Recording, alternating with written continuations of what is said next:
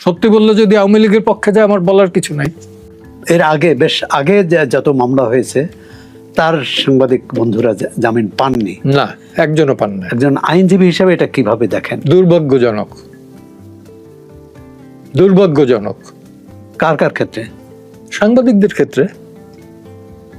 একটা সাংবাদিক না, যে কোনো ব্যক্তি একটা মত ধারণ করতে পারে, ধারণ করার আমি আপনার সাথে একমত হইতে পারি। এর অর্থ এই না যে আপনি যত অপকর্ম করবেন সবগুলো আমি ভাগিদার। ইভেন আপনি আমার ভাই হইতে পারেন, বাপ হইতে পারেন, আপনি যে অপকর্ম করবেন তার যে জন্য যে আমি ভাগ হবো, এই ধরনের কোনো আইন সভ্য জগতে নাই। সেটা দলের ক্ষেত্রে, সেটা প্রশাসনের পরিবারের ক্ষেত্রে, প্রতিষ্ঠানের ক্ষেত্রে, পরিবারের ক্ষেত্রে হবেই না, আরো বেশি এটা প্রযোজ্য হবেই না। তাহলে এই অভিযোগেই তো আওয়ামী লীগের রাজনৈতিক কার্যক্রম তার নিষিদ্ধ করা হলো। যেহেতু দল অন্যায় করেছে, দল ক্ষমতায় থাকতে হত্যা গুম করেছে। দল হত্যা করছে কি করে না এটা পরের বিষয়, এটা বিচার্য বিষয়, আদালতই করবে। দল তো হত্যা করতে পারে না, দল কোনো ব্যক্তি না, দলের হত্যাকর্তারা করতে পারে। আপনি তাহলে জামাত ইসলামকে নিষিদ্ধ করেন না কেন? জুলাই আগস্টে কতজন মারা গেছে? 1400। আর 71-এ কতজন মারা গেছে? 30 লাখ। আচ্ছা, 5 আগস্ট থেকে 8ই আগস্টে কতজন পুলিশ মারা গেছে? বেশ উল্লেখযোগ্য সংখ্যক। আমরা মোর দেন 3000। 3000? জি। তালিকা আছে আপনাদের কাছে? আমি দিতে পারবো, প্রয়োজন হলে পড়লে পরে দিতে পারবো। আপনারা তাহলে এই যে 5 আগস্ট থেকে 25 আগস্ট, না আমি বলতেছি যে 5 আগস্ট থেকে 8ই আগস্ট, 15ই আগস্ট এই পর্যন্ত। এবং ওইটার তো জাতিসংঘের রিপোর্টেও এই উল্লেখ আছে। কিন্তু 5 আগস্টের আগের হত্যার বিচার হবে, পরের হত্যার বিচার হবে না, এটা কি আইন অনুমোদন করে? আমার তো মনে হয় না। আপনি 71-এর হত্যার বিচার করলেন না, যে মামলাগুলো পেন্ডিং আছে ট্রাইব্যুনালে সেটার বিচার করতেছেন না। যে মামলায় ফাঁসি হয়ে গেছে, পলাতক ছিল, সে স্বরাষ্ট্র মন্ত্রণালয়ের অনুমতি নিয়ে অ্যাপিলেট ডিভিশনের থেকে বেল নিয়ে সে ঘুরে বেড়াইতেছে না, জাতীয় সংসদের সদস্য হয়েছে নির্বাচিত আরেকজন, সে আবার অন্য আরেকজন, সে রিভিউর পরে রিভিউ করিয়া হয়ে গেছেন। এখন আপনি গিয়ে ইন্ডিভিজুয়ালি, যেহেতু আপনি সাংবাদিক, ইন্ডিভিজুয়ালি গিয়ে তার এলাকায় খোঁজ নিয়ে দেখেন যে 71-এ সে কি করছে। আপনি মানবাধিকার কর্মী হিসাবে এই সব অন্যায়ের বিরুদ্ধে রিট করছেন না কেন? শোনেন, রিট করছেন না কেন? না, আমি একটু বলি। আপনি দেখবেন যে হোসেন মোহাম্মদ এরশাদের সময় আমি তার বিরুদ্ধে, তারপরে খালেদা জিয়া যখন আসার পরে পড়লাম গণ আদালত, পড়লাম 24 জন নিয়ে জাহানার ইমাম সহ 24 জনের মামলায়। তারপরে আসেন আমি এই জাহানার ইমামের নেতৃত্বে যে যুদ্ধ অপরাধীদের বিচারের দাবিতে আন্দোলন হয়েছিল, সেই আন্দোলনের আপনি অগ্রভাগে ছিলেন? ছিলাম, হ্যাঁ। এবং আপনি দেখবেন যে ফার্স্ট স্টেটমেন্টটা কিন্তু ডেইলি স্টারে বেরিয়েছিল, সম্ভবত ডেইলি স্টারের প্রতিষ্ঠা বার্ষিকী 91 16ই ডিসেম্বর সম্ভবত 2 ইঞ্চি কলম দিয়ে লিখছিল যে সু এগেনস্ট গোলাম আজম, এবং ওর ভেতরেই লেখা ছিল যে যেটা এখান পান না সে মামলা করবে। ওর পরেই কিন্তু নির্মূল কমিটি, সমন্বয় কমিটি এগুলো গঠিত। আপনি তো এরশাদ আমলের কথা বললেন, খালেদা জিয়া আমলের কথা বললেন, সব আমলেই আপনি তো স্বাধীনতার পরও জেল জুলুমের শিকার হয়েছে। জি। আপনি বঙ্গবন্ধু সরকারের সময় জেলে গিয়েছিলেন? না, জেলে যাইনি, ওয়ান্টেড ছিলাম, ধরছিল, ধরে পিটিয়ে আমার রিকগনাইজ করতে পারে না, ছাড়িয়ে দিছে। আপনি জেলে গেলেন কবে? জেলে গেলাম 75-এর পর, জিয়াউর রহমানের সময়। জি। আমার ধারণা ছিল যে জিয়াউর রহমানের সময় আমার ধরবে না, কারণ ব্যক্তিগতভাবে আমার সাথে সম্পর্ক ছিল। জিয়াউর রহমান, জেনারেল মঞ্জুর, কর্নেল তাহের, তারপর কি মীর শওকত আলী আমার সেন্ট্রাল জেলে গিয়ে বহুবার দেখা করছে। এবং আমার তো বের করে এই না জেনারেল জিয়ার তখন বঙ্গভবনে ওইখানে নিয়ে আসছে। আচ্ছা, নিয়ে আসার পরে যাই হোক কথা হয়েছে, কিছু কথাবার্তা হয়েছে। মানে আপনাকে দলে যোগদানের পরামর্শ দিয়েছিলেন? হ্যাঁ, একদম সরাসরি বলছেন। বললাম যে এখন আমার মাথায় এইসব চিন্তা নাই। আপনি আইন পেশায় কবে আসলেন? আইন পেশায় আমার এখানে একটি আছে, সেটা হচ্ছে আমি 80-তে আসছি। আচ্ছা, যখন আমি বুঝলাম যে আমার দল আর সমাজতন্ত্র কায়েম করবে না। না, সমাজতন্ত্র মুখেও বলতে চায় না। আপনার দল তো মানে জাতীয় সমাজতান্ত্রিক হ্যাঁ, দল, তখন ছিল জাতীয় সমাজতান্ত্রিক দল, জাসদ। জাসদ। এই জাসদ আপনি যে দল করতেন, সেই দলের বর্তমান পরিণতি দেখে আপনার কি মনে হয়? আমার বিন্দুমাত্র আক্ষেপ হয় না। আক্ষেপ হয় না, অনুশোচনা হয় না? না, অনুশোচনা হয় না, কারণ এটা সময়ের একটা দাবি, প্রয়োজনীয়তা ছিল। এখন সমাজতন্ত্রের প্রয়োজনীয়তা নাই। সমাজতন্ত্রের প্রয়োজনীয়তা, সময়ের প্রয়োজনীয়তা, একটা বিরোধী দল থাকা, দুইটা কিন্তু ভিন্ন জিনিস। আচ্ছা, তারা সমাজতন্ত্রের সময়ের দাবি পালন করছিলাম, করতে গেছিলাম। এবং বলতে পারেন যে নবীন বা হিসাবে, একজন নবীন মুক্তিযোদ্ধা হিসাবে যা করা দরকার মনে করছিলাম, এখানে আমি কোনো রাখি নাই। আমার মুখ এবং নীতি, এটার ভেতরে আমি ফাঁক রাখি নাই কোথাও। সেটা আপনি ফিল্ডে গিয়েও খোঁজ নিয়ে দেখতে পারবেন, এখনো আমার ফলোয়ার্স আছে প্রচুর। আপনি আইনজীবী হলেন, আইনাঙ্গনের সরব ছিলেন, নিশ্চয়ই ন্যায় বিচার প্রতিষ্ঠার জন্য। অবশ্যই আইনের শাসন প্রতিষ্ঠা এবং ন্যায় বিচার। কতটা ন্যায় বিচার প্রতিষ্ঠা করতে পেরেছেন? চেষ্টা করে যেতেছি। ধরেন আমি অনেকগুলো বড় বড় কাজে কিন্তু ছিলাম। আমার আইনঙ্গন নাম বলবো যে উল্লেখযোগ্য মামলার কথা বলুন। হ্যাঁ, যেমন জেএমবির বিরুদ্ধে মামলা। জেএমবি 64টা জেলায় যে বোমা করলো, এবং সেইখানে একটা হ্যান্ডবিল ডিস্ট্রিবিউট করলো যে মানুষের আইন না, তাগুদি আইন, ইসলামী আইন চাই, আল্লাহর আইন চাই, আল্লাহর আইন চাই। তো একটা ভীতিকর অবস্থা। আইনজীবী হিসেবে তখন বারের প্রেসিডেন্ট ছিলেন, আমার ভুল হইলে পরে former attorney general advocate Mahbube Alam, আর সেক্রেটারি ছিলেন, পরবর্তীতে বিচারপতি হয়েছেন এনায়েতুর রহিম। তো কেউই কিছু করে না তখন। আমি একদিন এরকম ভাই আমার বললেন যে এইটা নিয়ে মামলা করেন। আমি ঠিক আছে, কে করবে? কামাল স্যারের কাছে চলেন। কামাল স্যার রাজি হয়ে গেলেন এবং উনি ড্রাফট করা এটারে একদম কোর্টে মুভ করলেন। তার সাথে রুকনউদ্দিন মাহমুদ ছিলেন। এটা কিন্তু বোমা একটা হচ্ছে যে তারা বলছে যে তাগুদি আইন চাই না, তাগুদি মানে মানব সৃষ্ট আইন চাই না। না, তারপরে দুইজন জাজ উড়েই দিল না ওই ঝালকাঠিতে, সিলেটে জাজদের উপরে অ্যাটাক করা হলো না। তার মানে তাদের আহ্বান তো আর বেআইনি না। তারা যে কেউ আহ্বান জানাতে পারে, দাবি জানাতে পারে, দাবি জানাইতে পারে, কিন্তু যে সশস্ত্র পথে যেটা করেছে, অর্থাৎ সন্ত্রাসী, সেইটার বিরুদ্ধেই আমার বিরুদ্ধে রিট করেছিল। এবং তারপরে আরেকটা হলো কনসার্টের যে শ্রমিক কৃষক, হ্যাঁ, কৃষকেরা জমিতে চার্জ দেওয়ার জন্য বিদ্যুৎ চাইল কেন? যাতে পানি দিতে পারে। খালেদা জিয়ার দ্বিতীয় সরকারের মনে সম্ভবত, না, এটা 2005 সালের ঘটনা, হয়তো দ্বিতীয় সরকার, খালেদা জিয়ার দ্বিতীয় সরকার। আচ্ছা, তো ওই রিটে কি হলো? ওইটা রুল ইস্যু হইলো এবং আলটিমেটলি পানি দিতে বাধ্য হইলো। পানি দিল, কিন্তু বিদ্যুৎ, কিন্তু হত্যার তো বিচার হয়নি। হত্যার হয় না, হত্যা একটা আন্ডারস্ট্যান্ডিং হয়েছে। তখন মিনু সাহেব ছিলেন মেয়র, যদিও জুরিসডিকশনটা মিনু সাহেবের ইস্যু, উনি দায়িত্ব নিয়ে এটা সমঝোতা করে দিলেন। এখন এদের ভেতর যদি সমঝোতা হয়ে যায়, মানে ক্ষতিপূরণ, এক ধরনের ক্ষতিপূরণ বা এনিহাউ হি স্যাটিসফাইড দেম। জুলাই গণ অভ্যুত্থানের সময় যারা হতাহত হয়েছেন তাদের যদি ক্ষতিপূরণ দেওয়ার প্রশ্ন আসে, এমনি যারা অন্তর্বর্তী সরকার ক্ষতিপূরণ দিয়েছে বা আন্দোলনকারীরা, কিন্তু ধরেন আগের সরকার যদি ক্ষতিপূরণ দেওয়ার কথা বলে, সেটা কি গ্রহণযোগ্য হবে?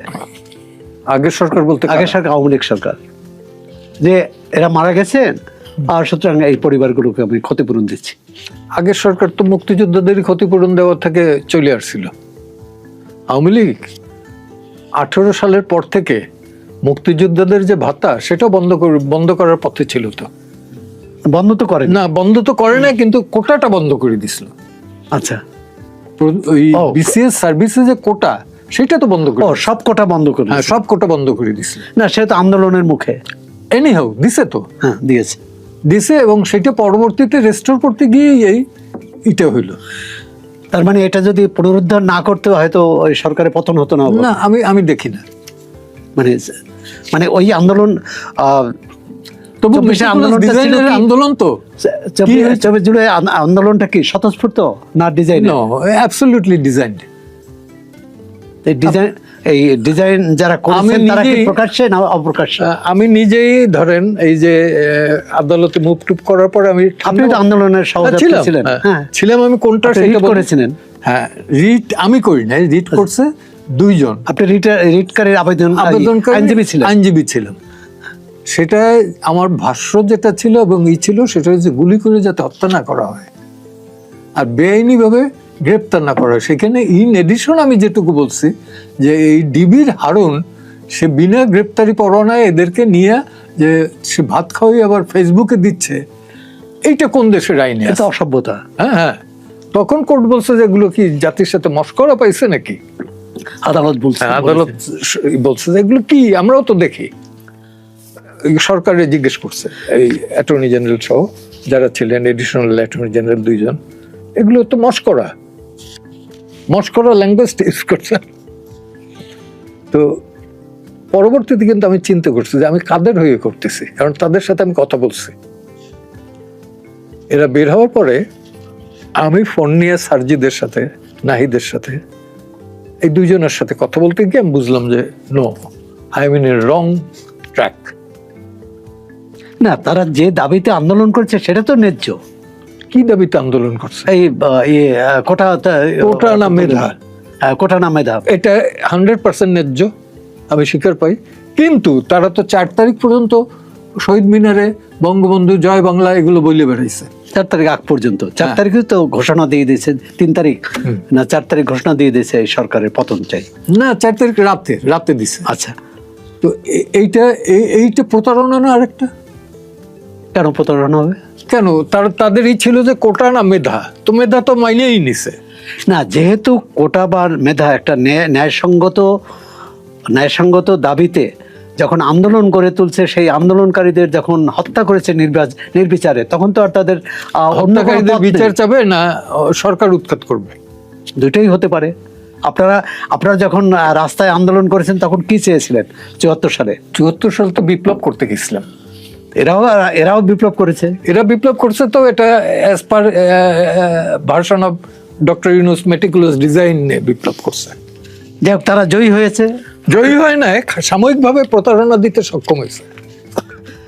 আচ্ছা, আপনার তারপরে পরিবর্তনের পরে আবার আপনাকে স্বৈরাচার দোষর হিসেবে চিহ্নিত করার চেষ্টা করছে কেউ। হ্যাঁ হ্যাঁ হ্যাঁ, তার মানে আপনি 5 আগস্ট পর্যন্ত ওই সরকারের রসানলে ছিলেন। হ্যাঁ, পরবর্তীতে আবার 5 আগস্টের পরেও এখন পর্যন্ত রোশনালে, এখন পর্যন্ত। হ্যাঁ, এখন পর্যন্ত বিএনপি কিভাবে দেখে আমি জানি না, আমার মনে হয় না।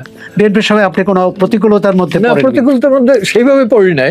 আচ্ছা, আকার ইঙ্গিতে বুঝি যে সুনজরে নাই। সুপ্রিম কোর্ট আইনজীবী সমিতির নির্বাচন হলো কয়েকদিন আগে, কিভাবে দেখছেন নির্বাচনটি? আমি লজ্জিত। কেন লজ্জিত? আমি এর চেয়ে বেশি কিছু বলতে চাই না। আমি সুপ্রিম কোর্ট বারের একজন প্রবীণতম সদস্য হিসাবে আমি লজ্জিত। এই ধারাটা যে এবারই হয়েছে তা না, এর আগেও হয়েছে। সেই জন্য আমি বললাম তো এই ধারা বন্ধ করার জন্যই তো জুলাই অভ্যুত্থান হলো। জুলাই অভ্যুত্থান যেটা বলেন, আমি তো বলবো অভ্যুত্থান বা পরিবর্তন যাই বলি, যাই বলেন, এই যে প্রতারণা কোত্থেকে হয়েছে দেখেন। গণতন্ত্র বইলে মব হয় না। মব মানে বেআইনি সমাবেশ বা সন্ত্রাস, ভায়োলেন্স, সহিংসতা।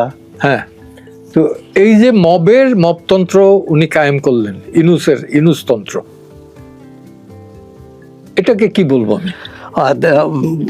2023 সালে যে সুপ্রিম কোর্ট আইনজীবী সমিতির নির্বাচন হলো, সেখানেও তো মব ছিল। কেউ প্রতিবাদ করে না, বিএনপির কেউ প্রতিবাদ করে না, জামাতের কেউ প্রতিবাদ করে না, এক্সেপ্ট মি। কেউ পাবলিকলি এটা প্রতিবাদ করে না। তাহলে এবার প্রতিবাদ করলেন না কেন? এবারও প্রতিবাদ করেছেন? হ্যাঁ, জনপরিষদ আমি আমার প্রতিবাদ করছি।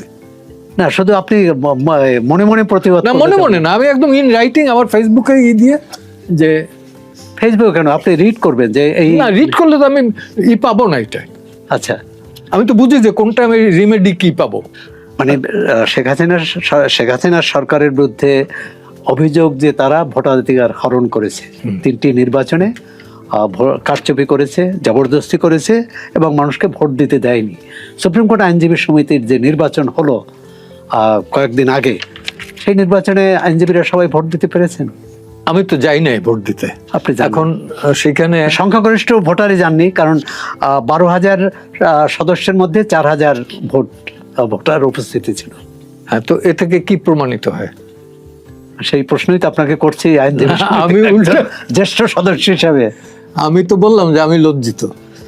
এই লজ্জা থেকে মুক্তির উপায় কি? মুক্তির উপায় একটাই ছিল, এরা যদি কন্টেস্ট করতো আওয়ামী লীগকে রাইখা, তারপর আমার মনে হয় মাহবুবুদ্দিন খোকন হইতো। হ্যাঁ, উনি তো আওয়ামী লীগ আমলেও 7 বার হ্যাঁ, হয়েছেন। 7 বার সে সেক্রেটারি হয়েছে। এই আজকের যিনি অ্যাটর্নি জেনারেল রুহুল কুদ্দুস কাজল, সে আওয়ামী লীগ আমলে সাধারণ সম্পাদক 3 বার হয়েছে সাধারণ সম্পাদক।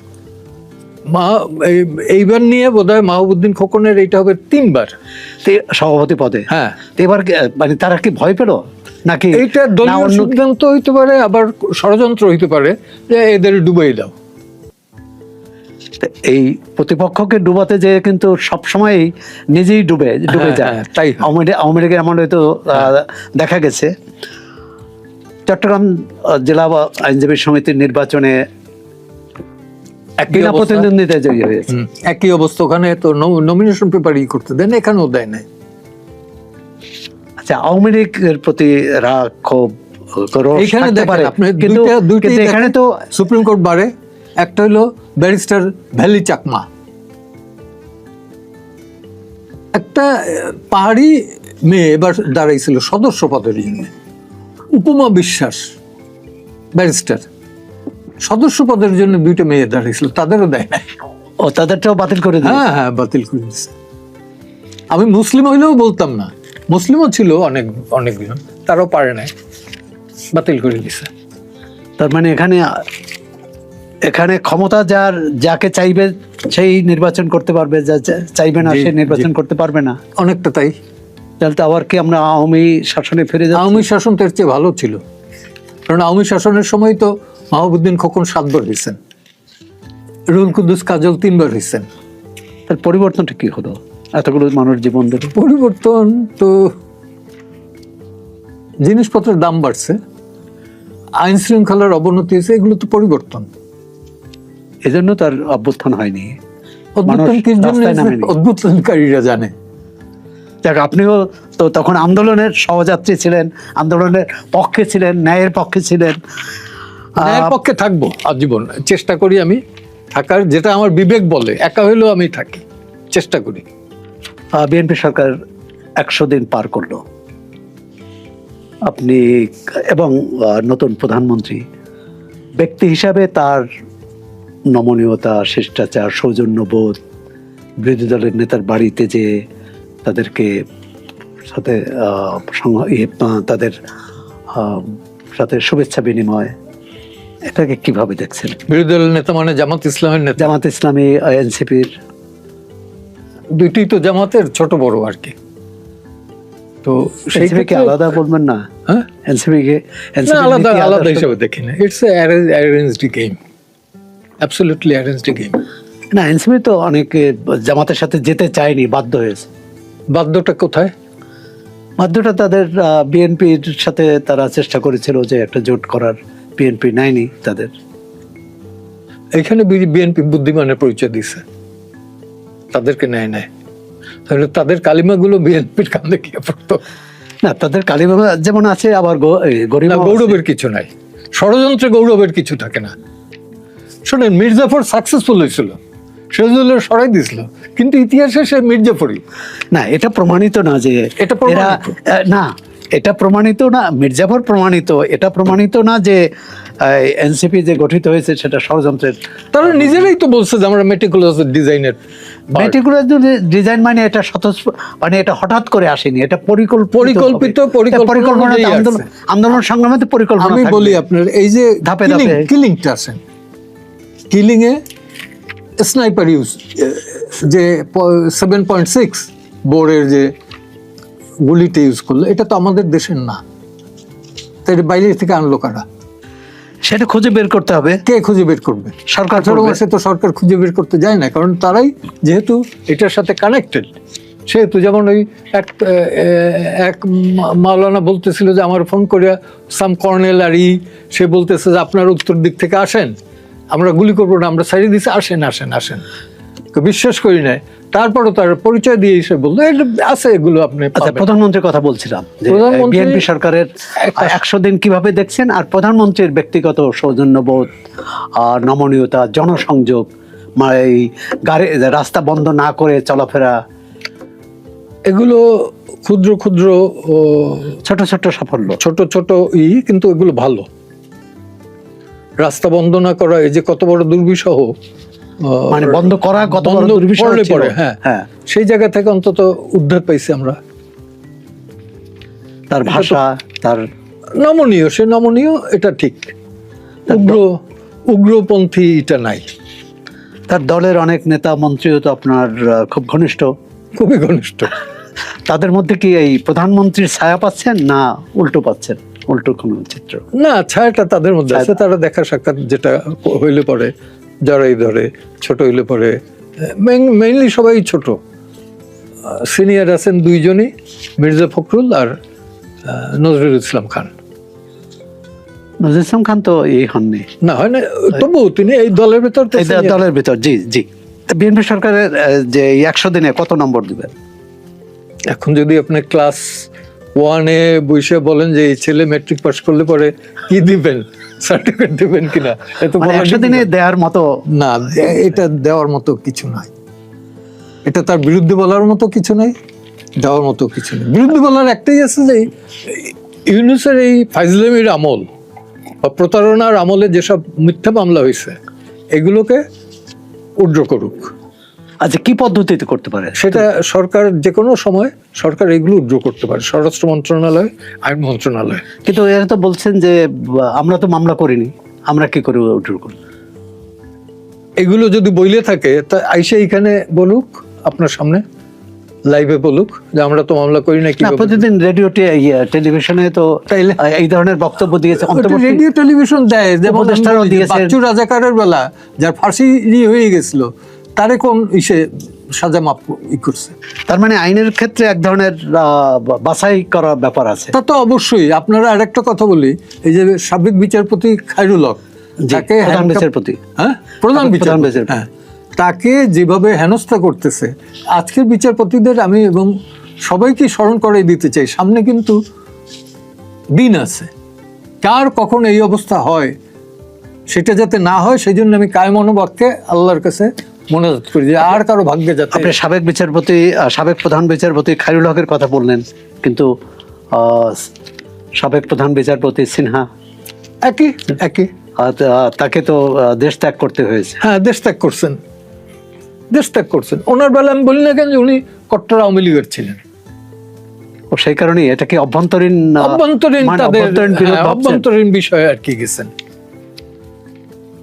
বরঞ্চ আমি বলতে পারি যে ওহাব মিয়ার যে ভারপ্রাপ্ত রাইখা তাকে যে প্রধান বিচারপতি করে না, এটা একটা অন্যায় হয়েছে তার প্রতি। এর আগেও তো এরকম সুপারসিটেড হয়েছে, অতিক্রম করা হয়েছে। জুলাই মানে গণ অভ্যুত্থানের যে প্রধান অঙ্গীকার, সংস্কার, বিচার এবং নির্বাচন হয়ে গেছে, নতুন সরকার এসেছে। সংস্কার নিয়ে এখন বিএনপি এবং সরকারি দল, বিএনপি এবং জামাত ইসলামী ও এনসিপি মুখোমুখি। বিরোধী দল বলছে যে এই সরকার জুলাই সনদের সাথে এবং শহীদদের সাথে বিশ্বাসঘাতকতা করেছে। বিএনপি বলছে যে জামাত ইসলামী এবং এনসিপি তারা বিরোধী দল, সরকারের বিরুদ্ধে ষড়যন্ত্র করতেছে। কোনটি আপনি কোনটা সঠিক বলে মনে করেন? তারা তো, আমি জামাতের বিরুদ্ধেই থাকবো। আচ্ছা, মানে নীতির কারণে না দল হিসেবেই জামাতের বিরুদ্ধে? না, জামাতের তো কোনো নীতি নেই। জামাতের নীতি আদর্শের ভিত্তিতে তো তারা প্রধান বিরোধী দল হলো দেশে। প্রধান বিরোধী দল আপনার দৃষ্টিতে হতে পারে, আমার কাছে সেটা না, একই দল। সংসদ বিএনপি জামাত একই দল প্রায়। তারা স্কোপ দিছে দেখে আজকে বিরোধী দল হয়েছে। এইখানে যদি আওয়ামী লীগ থাকতো তাইলে আপনি ধরেন আওয়ামী লীগ যদি ক্ষমতায় নাও যেত, প্রধান বিরোধী দল থাকতো। জামাত ওই 2-3টে সিটের বেশি পাইতো না। এখন এই বিরোধটাকে কিভাবে দেখছেন? কোন বিরোধ? এই যে জুলাই সনদ নিয়ে জুলাই সনদ কিছুই আমি করেনি। আবারও বলতে, জুলাই সনদ কোনো সনদই না। আর এটা আপনি 7-8 মাসের দীর্ঘ আলোচনার পর 30টি রাজনৈতিক দলের সঙ্গে বৈঠকের পর বৈঠক সেই করে 30টি রাজনৈতিক এটি দল, তৈরি করা সেই হয়েছে। 30টি রাজনৈতিক দল কৈফিয়ত দিবে, আমি না। না, আপনি দিবেন না, কিন্তু আপনি নাগরিক হিসাবে, নাগরিক দেশের হিসেবে তো সচেতন আমি বললাম নাগরিক যে এর হিসেবে সাথে এর পার্ট অ্যান্ড পার্টিকেল আমি না, আমি বিরোধিতা করে আসছি। কিন্তু রাষ্ট্র সংস্কারের জন্য এটা রাষ্ট্র প্রয়োজন নাই। সংস্কারের জন্য 72 সংবিধান বাতিল করতে হবে যখন বলছে, নয়া বন্দোবস্ত মানে 72 সংবিধান বাতিল করতে হবে, 71 জায়গায় যখন 24-এর কথা বলছে, তখন আমার পা থেকে মাথা গরম হয়ে গেছে। কিন্তু বাতিল তো আর করেনি, না, করার মতো ক্ষমতা আর নাই, ওটা চলে গেছে। কিন্তু আর বাতিল করলে যে টিকতে পারতো এইটাও না। দেয়ালে পিঠ ঠেকলে পরে কিন্তু একটা বিড়াল মানুষের সাথে যুদ্ধ করে। দেখ, দেয়ালে পিঠ শুধু অন্তর্বর্তী সরকারের না, আরো অনেক সরকারের দেয়ালে পিঠ ঠেকলেও তারা মনে রাখেনি, এবং তারা শেষ পর্যায়ে পর্যন্ত লড়াই করছে। লড়াই না, অপলড়াই, মানে যেটি করার কথা না সেটাই করেছে। না, যেটা বলবো যে সুপ্রিম এই জুলাই সনদের অন্যতম মানে অনেকগুলো প্রধান বিষয়ের মধ্যে বিচার বিভাগের স্বাধীনতা, সুপ্রিম কোর্ট, এটা সব জুলাই সনদ না।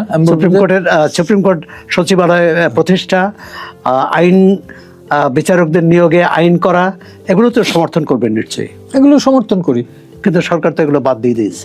সরকার বাদ দিচ্ছে, নিশ্চয়ই আছে, তার কোনো সুবিধা আছে না, তার সুবিধা অসুবিধার উপর তো নির্ভর করে না, নির্ভর করবে এটা ন্যায় না অন্যায়।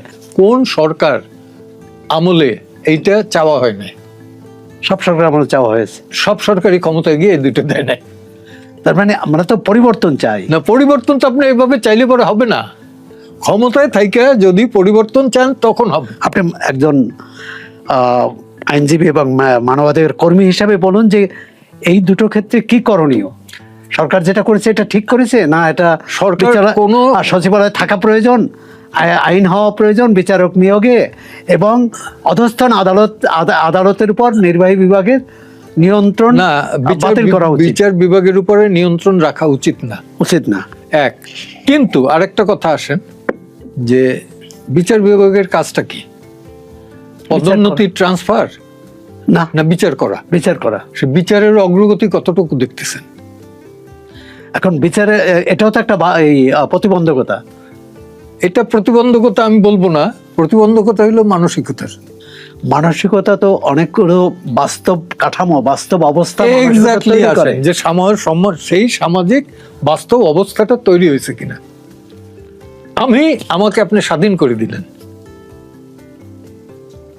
স্বাধীন করার অর্থ এই না যে রাস্তার মাঝখান দিয়ে আমি চলবো, ট্রাফিক রুল মানবো না, এটা তো না। এখন যদি সেইটা হয় তাইলে তো আর নাই। আমি খোলাখুলি বলি যে কোনো বিচারকের ব্যক্তিগত আয় এটা করা হয়েছে কিনা, তার যে জীবন ধারণের মানে ব্যক্তিগত আয়ের যাচাই করা হয়েছে কিনা, সে যে আয় এবং জীবনযাপনের মধ্যে পার্থক্য আছে কিনা, আর সেটা করতে পারে। সেটা তো কখনোই কেউ করে নাই। একটা এই যে 71 থেকে এই পর্যন্ত দেখেন আপনি, কেউ না, নট এ সিঙ্গেল ওয়ান।